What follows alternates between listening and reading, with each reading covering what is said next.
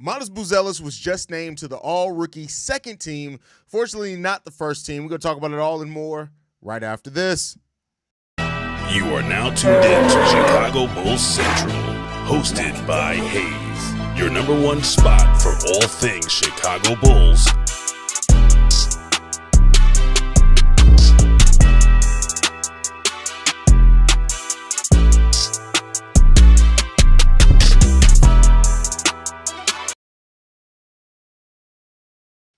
What's going on, Bulls fans? Welcome to another episode of Chicago Bulls Central, your number one spot for everything Chicago Bulls related. I'm the host here, Haize, but more importantly, you guys can follow the channel at Bulls Central Pod on every social media platform we happen to be on. With that said, let's go and get into this content, y'all. Buzelis was just named to the all-rookie second team, which is a really big accomplishment for Buzelis, especially considering he started off the season not really getting any minutes at all, but finished the season as a starter for the Chicago Bulls and played pretty damn good as a starter for the team. I think it's really good to acknowledge when you have players, right, that really step up. And, you know, despite Billy Donovan not playing Buzelis early and having seeming like he had an actual plan for Buzelis, even though we wanted to see Modest out there a little bit earlier.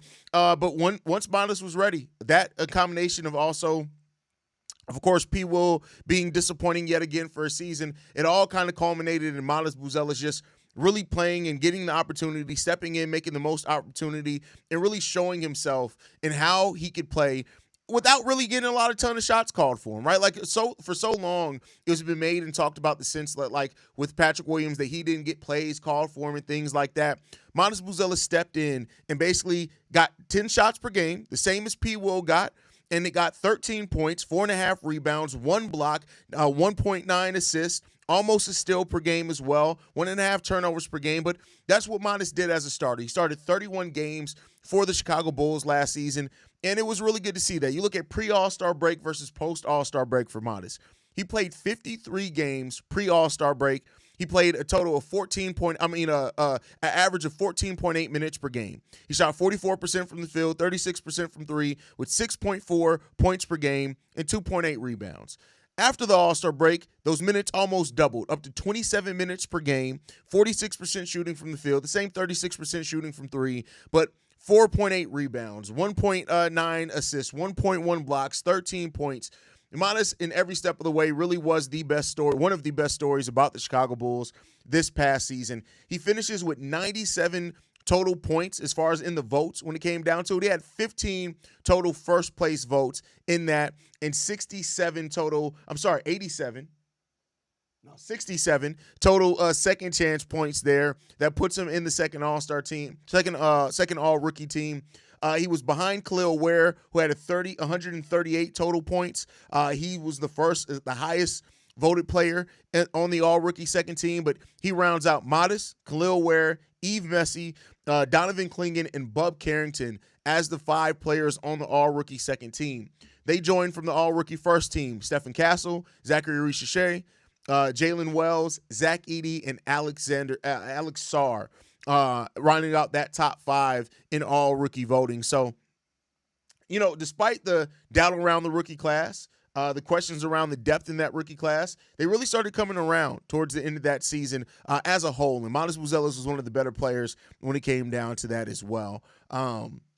Cool Maths Game says, my GOAT, Modest. If Modest is your GOAT, I don't know if that's a good thing there, my boy.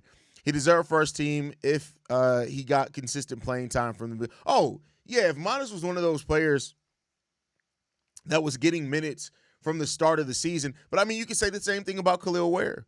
Khalil Ware didn't get minutes at the start of the season, right? Like, I think if both Modest and Khalil were starting off that season, getting the minutes that they finished that season with, they both would have been in contention definitely for first team, for sure. So, you know, it is what it is there. Modest going to average 17-plus points next year. We'll see. You know, I don't know if that happens if they bring in somebody like Jonathan Kuminga. I just don't think that there's enough shots to go around at that point. But, you know, we'll see what the future does hold for Modest. One thing that I hope the Bulls, and I've said this multiple times, I hope the Bulls don't Kobe White Buzelis, man. I do not want to see his role change drastically Like from 1 year, I want to see him get an opportunity to continue to be a big part of the Bulls rotation, to get more shots. That's where I really would love to see from Buzelis in that second year. Albert says, congrats. Really good season for Modest, man. And hats off to Buzelis for just keeping the right type of mentality, the right type of mindset. There would have been some rookies, hell, some fourth-year players on the Chicago Bulls that would have taken, not getting minutes early on and just kind of been ho-hum about it. Buzelis was always positive. He always found ways to impact the game when he got in games, and eventually that ended up with him winning and taking a starting position. So, that's all great to see from Buzelis, man. We just got to continue to develop it and see what it's going to be, man. But Modest is one of the bright spots here for the Chicago Bulls team, man. And just to see the future of who Modest is able to turn into, it's going to be really fun to continue to watch this develop for Modest, man. He's the right guy with the right mindset. He has the personality as well, and he has the drive. He has the drive, man. He might move to small forward if we draft a power forward. Will that affect him? It depends on the type of power forward, right? It depends on, is it somebody that you're looking to do some scoring at? And we'll see. We'll see. But I do think that any player that we draft power forward or center is not going to play a whole lot for the Chicago Bulls. So I don't know if it changes Modest's role a lot early on, because I don't see any rookie playing a lot early on. Like, I think what Billy Donovan did last year is probably going to be kind of the same type of plan that we see for whoever we draft at 12 this year, is that, trickle in some minutes there and slowly increase their role over time after seeing how they respond to the minutes that they get. So I think that's going to kind of be one of the plans that you're seeing for the Chicago Bulls going forward. In 3 years, we'll look back and say he was the best player in this draft. I think him and Khalil Ware both have very good chances to be that. And those are both two guys that were very high on my board last year, but I think both of them have a good chance to do that. Let me throw this hypothetical at you. Here goes. Vikram, why are you becoming that guy? Why? Since when did you become that guy that is the constant different trade scenarios? What y'all do to my boy Vikram, man? But who do you personally want to see in the draft slotted next to Matt Ford, or would you prefer Kuminga? Wait, I skipped the question. Vikram is, let me know what you think about this hypothetical. Paul in point guard, Paul in the PG trade +3. If you get Ace Bailey, would you rather have Ace Bailey, PG, Paul Kuminga, and the 12th pick realistically going to cost the same? Yeah, but the thing is that with PG, it's not dead money. Like, that's just a bad contract. And I don't see him being much better for the Chicago Bulls, if we're being 100% honest. That's just dead money. You got to weigh, is number 3 worth it? And keep in mind, you're still going to play him. It's not like you're not going to play. So, I mean, in that situation, man, I almost would rather Kuminga, but it's not because I see Kuminga that much better as like the number 3 overall pick. I just really don't want bad money on this team going forward. That's just not what I want.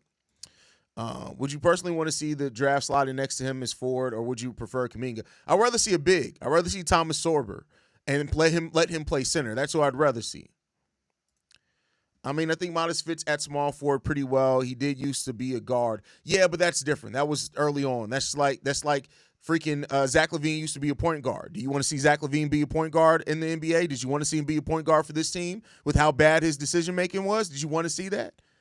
So I don't think that what they did before doesn't matter. That was before he grew. But to be a small forward, he has to shoot more, and he has to shoot more efficiently. He has to take some shots in the mid-range. He's going to have to take more three-pointers and hit them at a better efficiency. So that may be where Modest is going, but he's going to have to shoot much better to be an effective 3. At least at power forward, it keeps him kind of closer to the basket. So, we'll see. Modest plus Sorber would be a really nice rim protection for. Oh, facts. Like, could you imagine? That rim protection would be ridiculous, man. It'd be ridiculous. So we'll see. I'm ready to jump in at that draft. I mean, listen, we are about 34-ish, 35-ish days away from that happening. It's gonna be fun. It's gonna be really fun. I can't wait to get to the NBA draft, because I'm just ready to know who we're gonna have, and that way we can just know how we're gonna operate going forward. That's really what I want to see. You sold me on Sorber for this team, unless by the grace of God we can get Malawach. Listen, I think with Sorber, and people have asked me this, and I think it's a fair question, that foot injury is probably gonna be now. I do trust the Bulls are gonna get the medicals, but the fact that it was initially reported as a turf toe. He ended up getting season-ending surgery, and they've never at least publicly released what the actual injury with his foot was. I guess it's possible that you can have severe turf toe that needs surgery. It's not common, but I won't lie. As much as people have asked me, like, hey, does that foot injury bother you some? I'm like, it's fair. I think that it's a fair question, and it is a little bit there for sure.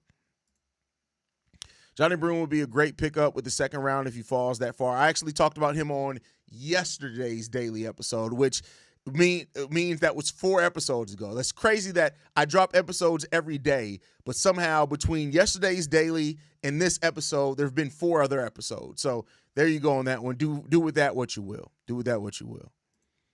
Modest will be our Jason Tatum. Just look at the shooting form. That doesn't mean people can have the exact same shooting form. It doesn't mean they're going to have the same success with it. So I can't say that. Hey, bro, what are your thoughts on Noah SNU? I like Sorber, but just as a dark horse pick, I covered him on the same episode I covered Sorber on. So go and watch that. Or I think maybe it was the episode after. Is Sorber solid for this team, though, offensively? Is he at least a good pick and roll? Yes. Have you go and watch his tape? He's very good pick and roll, pick and pop. Yeah, he does have a bit of a midi, right? I think he's going to have to work on it to get between that 15 and 18 feet. But no, Thomas Sorber is a very smart offensive player. He understands how to operate in space, all those type of things. So I think Thomas Sorber, his defense is the thing that you're going to see right away that I think is going to be and his ability to block shots, get steals, play on-ball defense, and not foul are all great, right? He does not get what you typically see from young players that foul a lot when they're young bigs. But he has offensive upside. The defense is going to be talked about more, but he has crazy offensive upside as well. Crazy offensive upside. So, we'll see. We shall see. But all right, y'all, that's it for me. I just wanted to bring that update. Very quick one. Modest Buzelis officially named to the all-rookie second team. Y'all already know when news drops, we drop. By subscribing to this channel, if you're not subscribed, you get all the latest Chicago Bulls news, analysis, everything, draft profiles. We are already almost 40 prospects deep into this draft. We covered almost 40 prospects in this draft. You want the best draft analysis as it relates to the Chicago Bulls? That's right here at Chicago Bulls Central. Love you guys. Go Bulls. See Red, y'all. I'll see y'all on the next one. Peace. Of the Break Media.